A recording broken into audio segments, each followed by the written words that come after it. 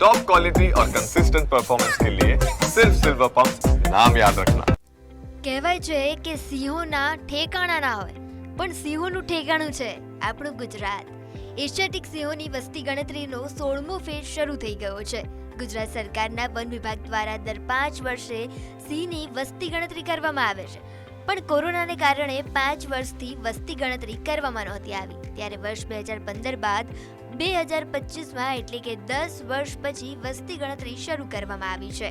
આ સિંહની વસ્તી ગણતરી ડાયરેક્ટ બીટ વેરિફિકેશન પદ્ધતિથી કરવામાં આવી રહી છે. આ વસ્તી ગણતરી 10 થી 13 મે સુધી ચાલવાની છે. અમરેલી સહિત કુલ 11 જિલ્લા સહિત 58 તાલુકાના 35,000 ચોરસ કિલોમીટર વિસ્તારમાં આ વસ્તી ગણતરી થશે. આ સિંહ ગણતરી છે તે 10/5/2025 થી 13/5/2025 સુધી ચાલવાની છે. જ્યારે આપણે દ્રશ્યો બતાવવા માંગીએ છીએ, આપ જોઈ શકો છો કે ખાંભા તુલસીશામ રેન્જના નાનુડી રેવન્યુ વિસ્તારમાં અત્યારે 2 સિંહો છે તે આરામ ફરમાવી રહ્યા છે ને આ બંને સિંહની ગણતરી ગઈકાલે જ વન વિભાગ દ્વારા કરવામાં આવી છે ને બંને સિંહને ગણતરીમાં આવરી લેવામાં આવ્યા છે. ત્યારે ગણતરીની વાત કરીએ તો 11 જિલ્લા અને 58 તાલુકામાં અને 35,000 ચોરસ કિલોમીટર વિસ્તારને આવરી લેવામાં આવ્યું છે. ને ગણતરીની વાત કરીએ 735 યુનિટ, 105 સબ ઝોન, 32 ઝોન અને 8 રિજન બનાવવામાં આવ્યા છે અને વન વિભાગ દ્વારા આ ગણતરી છે તે ચાલુ કરવામાં આવી છે. ત્યારે બીજી તરફ ટેકનોલોજીની વાત કરીએ તો વન વિભાગ દ્વારા આધુનિક ટેકનોલોજીથી પણ સિંહ ગણતરી આ વર્ષે કરવામાં આવી રહી છે, જેમાં ડિજિટલ કેમેરો ટ્રેપ, જીપીએસ, GIS ટેકનોલોજી તેમજ રેડિયો કોલિંગ પદ્ધતિ અને AI આધારિત ડેટા વિશ્લેષણના સોફ્ટવેર દ્વારા આ સિંહોની ગણતરી કરવામાં આવી રહી છે. અમરેલી જિલ્લામાં આવેલ રેવન્યુ વિસ્તારમાં સાવજો એક અલગ જ ટેરિટરી બનાવી છે, જેમાં અમરેલી જિલ્લામાં ખાંભા, ધારી, ગીર જંગલ રેવન્યુ વિસ્તાર, દરિયાકાંઠામાં સિંહોની સંખ્યા ખૂબ જ મોટી સંખ્યામાં જોવા મળે છે, જેના કારણે અહીં વારંવાર સિંહો જોવા મળતા હોય છે. એવું લાગી રહ્યું છે કે દરિયાકાંઠાના વિસ્તાર રેવન્યુ વિસ્તારના વાતાવરણ સિંહોને વધારે અનુકૂળ આવી રહ્યું છે, કારણ કે 3 દાયકા કરતાં પણ વધુ સમયથી અહીંયા માનવ વસાહતો વચ્ચે સિંહોએ જાણે એક નવું જંગલ ઊભું કર્યું છે.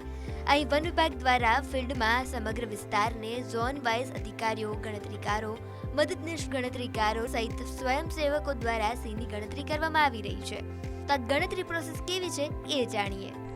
એમાં આધુનિક ટેકનોલોજીમાં એક સિમ્બા કરીને એક એપ છે, એક લાઈન અને બીજા લાઈનથી અલગ કરાવે એના માટેને એપ ઉપયોગ થાય છે. બીજું આપણો મેથડ છે DBV કહેવાય એને, જે આરેક બીટમાં ઉપલબ્ધ જાનવરને પોતે જોવાનું, એમને મૂછ કેટલી છે, એને કેસરી કેટલી હાઈટ છે, એને કેટલી ઉંમર છે એ પ્રમાણે આઈડેન્ટિફાઈ કરવાનું. એને 5 લેવલમાં એને ટીમો વેચાય છે. સબસે નીચે ગણતરીકાર હોય અને ગણતરીકાર સાથે 2 આસિસ્ટન્ટ હોય અને એને મદદ માટે એક હેલ્પર હોય. સો ડિપાર્ટમેન્ટ એને સિવાય NGOને ઇન્વોલ્વ કર્યું છે, સ્થાનિક લોકોને ઇન્વોલ્વ કર્યું છે, સ્થાનિક સરપંચ એના સાથે છે. સો એ ગ્રાઉન્ડ લેવલની ટીમ છે.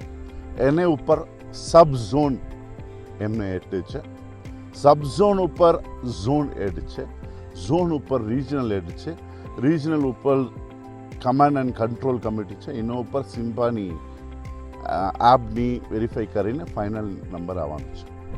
વર્ષ 2020ની ગણતરી પ્રમાણે સિંહોની સંખ્યા 674 જેટલી નોંધાઈ હતી, ત્યારે હવે આ ગણતરી બાદ આંકડો 900 સુધી પહોંચવાની પણ શક્યતા છે, જેના કારણે આપણું અમરેલી ટોપ પર આવી શકે છે.